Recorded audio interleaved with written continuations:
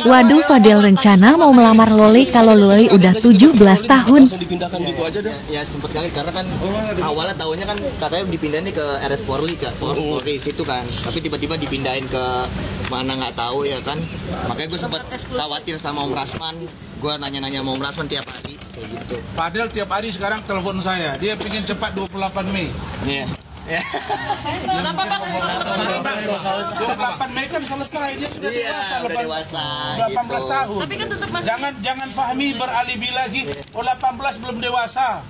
Udah kau jangan kekang-kekang lagi lah. Tinggal 4 bulan lagi. Kalau saya udah analisa, tidak mungkin lah si Loli itu akan berubah pikiran. Ya? Dari 18 ke 21, dari 21 ke 30, akhirnya ke 45 tua.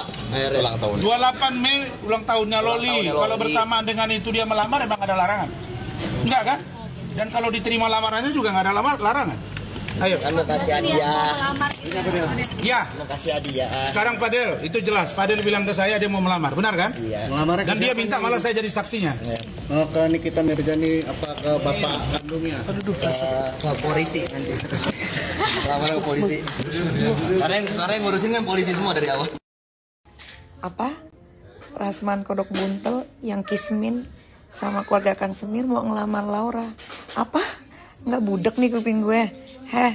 Biaya rumah sakit di RS Polri aja gue yang bayar. Ya, lu wawancara ngedabrus ya sama lek-lekan lo itu ngomong, iya Lauri kita tempatkan di tempat ruangan yang bagus di RS Polri. Siapa yang bayar? Gue. Punya duit lo buat bayar RS Polri aja lu nggak mampu.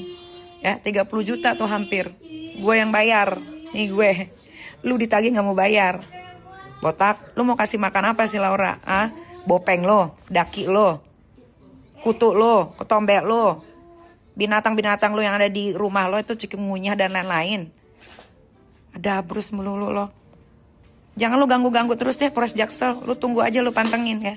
Minggu ini dipanggil tuh. Rasman, nah si kodok buduk ini ya. Bilangin sama dia, nggak usah ngurusin masalah percintaan gue. Gue mau pacaran sama Brondong kek. Gue mau pacaran sama aki-aki kek. Ya bukan urusan dia. Bilangin sama si kodok buntel itu ya. Si Rasman. Yang penting bukan laki orang. Ya bukan laki orang, bukan milik orang. Tuh. Mumpung gue ada waktu nih. Untuk live menyapa kalian. Kalian pasti rindu kan akan sapaan aku. Daripada dia tuh, daripada si Rasman kodok buntel ya, ngincer kliennya yang udah punya laki, itu lebih haram jadah. Gue mau pacaran sama Brondong kek, ya selama itu bukan milik orang, bukan punya orang, sah. Daripada dia tuh punya bini juga modelannya kayak begitu, semua perempuan diajakin kawin. Mau perempuan punya laki kek, mau siapa kek, diajakin kawin sama si Rasman buntelan kentut. Bilangin juga sama Rasman ya.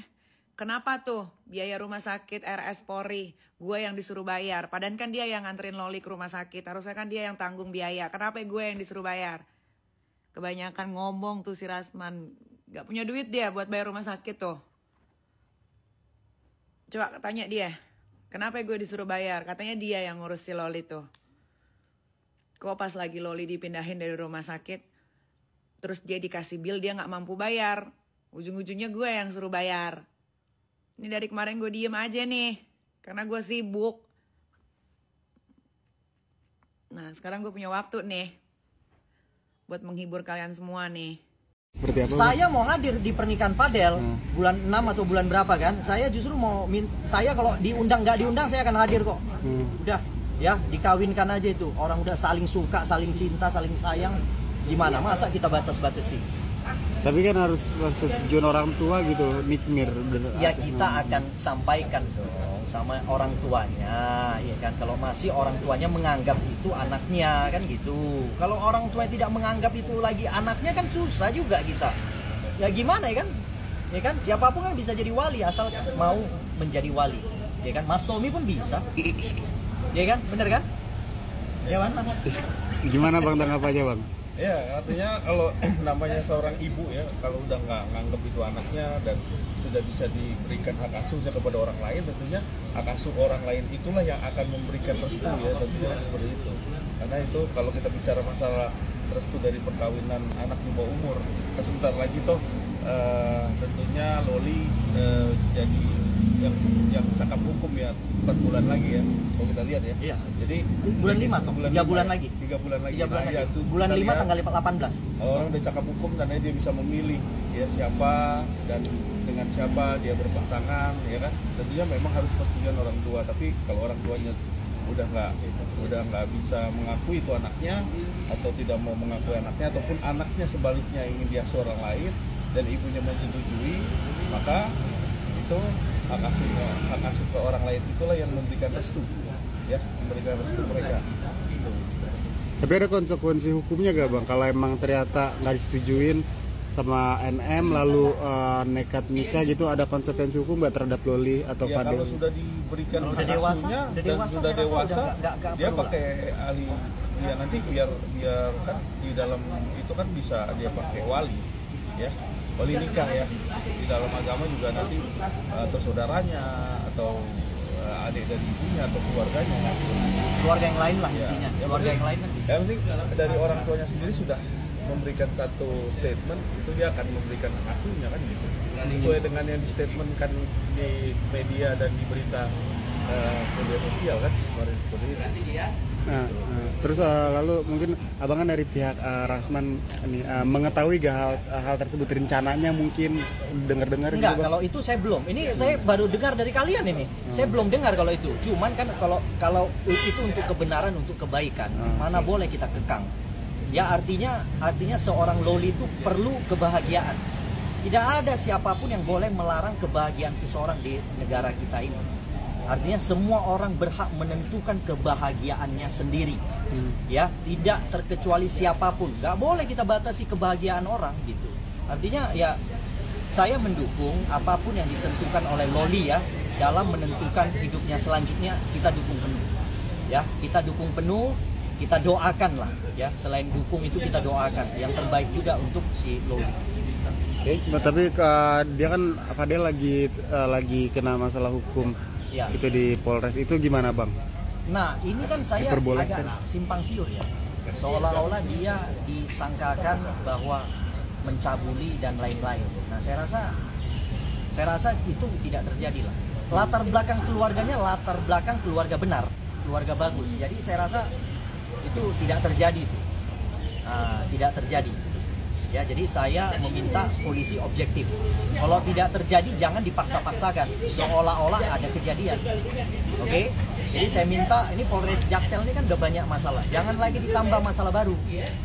Nanti kita publik sudah tidak percaya lagi. Ini Polres bisa dipercaya atau tidak, kita sudah 50-50 jadinya perasaan kita.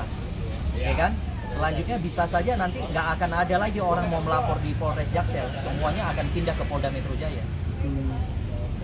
Jadi dia didesak untuk SP3 nih, Bang Abang R. Saya berharap kalau berdasarkan keterangan saksi ya yang sudah disampaikan juga oleh Loli kan tidak ada kejadian, saya pastikan ya sebenarnya polisi ambil tindakan dengan menghentikan. Tapi polisi kalau tidak mau menghentikan berarti polisi punya kepentingan, mau digoreng-goreng lah, ya kan? Nah, kalau digoreng-goreng ini kan jadi objek, ya kan? Objek yang bisa menghasilkan uang. Nah nanti kita lihat. Kalau memang sampai arahnya ke situ, kita lapor Propam. Kita nggak akan diam. Kita pastikan kita akan lapor Propam. Kebetulan Propam kali ini yang Polda Metro Jaya ini cukup agak sadis lah orangnya, ya, agak tegas orangnya. Jadi saya pikir kalau ada pelanggaran kita pastikan kita lapor Propam. Oke. Selanjutnya seperti apa nih Pak? Soal tadi selanjutnya dari kasus yang Rasman ini. Yang mana? Pemukulan. Oh pemukulan ya kita minta penyidik semua objektif terhadap perkara, jelas ya, alat bukti sudah ada, pengakuan dari Nikita juga sudah ada. Saya rasa nggak ada alasan polisi tidak menindaklanjuti. Nggak ada alasan, orang ada faktanya, ada videonya, terlapornya juga sudah ngaku, sebelum dia diperiksa dia udah ngaku loh, melalui media kan, melalui YouTube itu dia sudah ngaku, dia pukul, dia bilang. Nah jadi kalau polisi yang nggak mau proses, saya rasa ya polisinya akan kita proses.